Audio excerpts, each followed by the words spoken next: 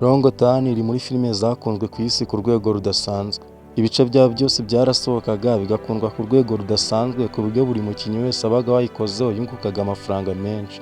Mbere y'uko tuvuga iby'iyi filimi naho igitekerezo cyo kuyikora cyavuye n'uburyo yinjije amafaranga ku rwego rudasanzwe, banza wumve tuno tuntu. Bariya abagabo baba barya abantu muri iyi filime baba bitwa cannibal kandi baba bafite n'amazina. Cannibal imwe ari nayo iyoboye izindi baba bayita three fingers. Iba yambaye igishati cy'umutuku n'igisarubeti. Nawe ukunda kumva na kagaseko ukunda kumva muri iyi filime. Umugabo wakinnye iyi role ari iyi cannibal amazina ye nyakuri yitwa William Riching.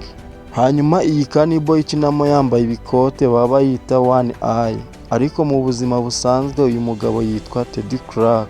Hanyuma hakazamo n'iyi cannibal iba yitwa South of, ariko mu buzima busanzwe uyu mugabo yitwa Gary Robbins.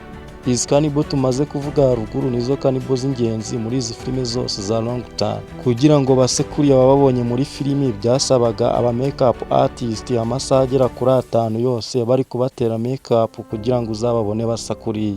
Mu bice byose bya Longtani igice cya kabiri nicyo cyakunzwe kuruta ibindi byose. Icyo gice cya kabiri kivuga kuri groupe y'abantu bajya kuba mu mashyamba mu kiganiro cya reality show. Iyi reality show baba bayita Apocalypse Survival.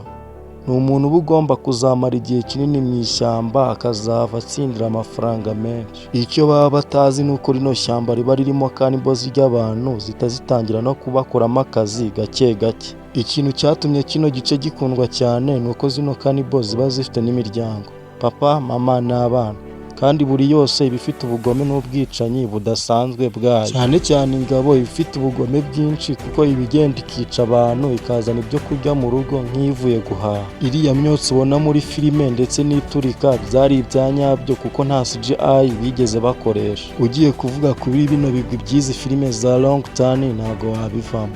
Ariko reka tuvuge ku bigwi byabo. Umugabo wazanye igitekerezo cya Longtani bamwita RNBMCILO. Uyu mugabo wazanye igitekerezo yataza kubaho ntago tuba twarabonye ibice byose bya Longtani. Yazanye igitekerezo yibaza ati se byagenda gute ugiye ahantu mu gace ukayoba ukisanga wageze ahantu mu gace harimo abantu barya abandi.